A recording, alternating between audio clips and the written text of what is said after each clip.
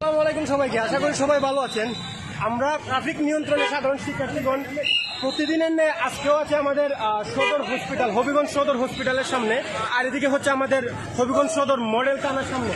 কিন্তু এখানে অবাক করা একটা বিষয় হচ্ছে, আমরা এখানে ট্রাফিক নিয়ন্ত্রণ থাকা অবস্থায় যেহেতু আমাদের এটা শহরের প্রাণকেন্দ্র, সেই ক্ষেত্রে অনেক যানবাহন এখানে চলাফেরা করে। কিন্তু সমস্যা হচ্ছে কি, আমরা যদিও তাদেরকে লেন বাই লেন গাড়িগুলো পাস হওয়ার জন্য সুযোগ করে দিচ্ছি, কিন্তু এখানে মেজর যে প্রবলেমটা হচ্ছে আমাদের রাস্তাঘাট এখানে খুবই ভাঙা। আপনারা যদি একটু লক্ষ্য করেন দেখেন রাস্তাঘাটের যে অবস্থা, সেক্ষেত্রে দেখা যায় গাড়িগুলো পাস করে দিলেও ওনারা যেতে পারতেছেন না, শুধুমাত্র রাস্তাঘাট ভাঙা থাকার ফলে। তো আমাদের এই হবিগঞ্জের যেহেতু এটি একটি প্রাণ কেন্দ্র, তাই সকলের কাছে অনুরোধ, এই ভাঙাচোরা বা এগুলোর সংস্কার হওয়া প্রয়োজন।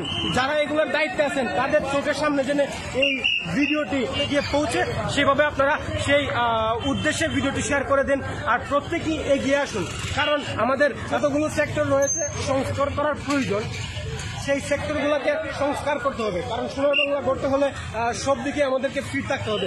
তাই সকলের কাছে অনুরোধ, আমাদের এই হবিগঞ্জের এই জায়গাটা অতি দ্রুত সংস্কার হয়, না হলে দেখা যাচ্ছে এখানে অতিরিক্ত যানবাহন থাকার ফলে আমরা যদিও গাড়িগুলো পাস করে দেই, কিন্তু তারা এই জায়গাটি ভাঙার কারণে তারা ভালোভাবে যেতে পারে না, সেখানে বাধাগ্রস্ত হয় শুধুমাত্র এই রাস্তাটি ভাঙার ফলে। তাই সকলের কাছে অনুরোধ থাকবে, আপনারা আপনাদের যেভাবেই পারেন যেন যাদের মাধ্যমে এই জায়গার কাজটি সংস্কার হতে পারে, তাদের চোখের সামনে যেন এই আমাদের এই বিষয়টি গিয়ে পৌঁছে, সেই হিসাবে আপনারা ভিডিওটি শেয়ার করে দিন।